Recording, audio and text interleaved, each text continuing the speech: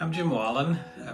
Susan, my wife, and I have been members of the church. Actually, we're going to be celebrating our 50th year next year of being members of Providence United Methodist Church.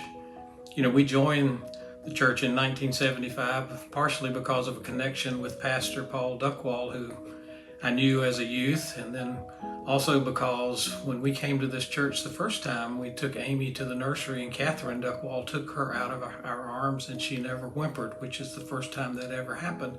And the third thing was just because Providence was such a friendly church. We'd never experienced that much friendliness in a church. Both Susan and I have been blessed to do a number of things in our time in the church. Some that I remember that were special. First was we were youth counselors when our children were younger, which also led into being leaders in the Appalachian Service Project, which for 15 or 16 years we led children or youth and adults up into the mountains of West Virginia or Kentucky or Tennessee to make homes safer, warmer, and drier. Also was blessed to have the opportunity to work in the early days with the Bridge Builders Sunday School class. That was one of the highlights of my ministry here, just seeing that class grow into a special group of folks in the church. And then another thing that has been very special to me is our Stephen Ministry program. Susan and I, along with Jonathan Marlowe and Lynn Eford and Elizabeth Beaver, went to Orlando for training and to start Stephen Ministry, and we are almost 30 years of serving. So those were some of the ministries that I have special fondness for or appreciation for.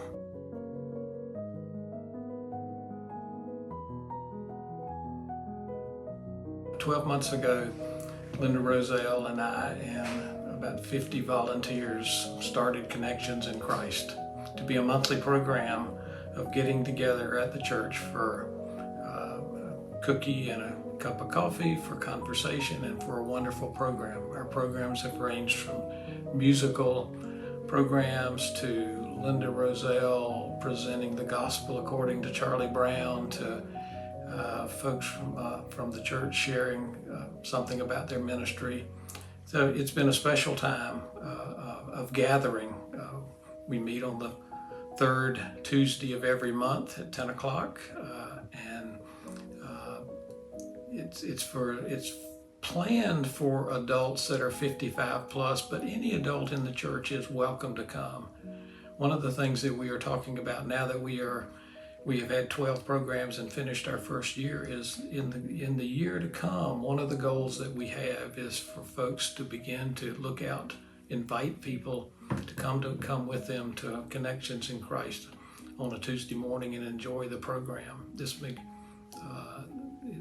There are folks in our neighborhood, there are folks in retirement communities, there are folks that would enjoy the program. Many of them do not have a church family, and this would be a wonderful way of reaching out to folks for Jesus Christ. Susan and I are so thankful for Providence United Methodist Church in our lives and in the lives of our children.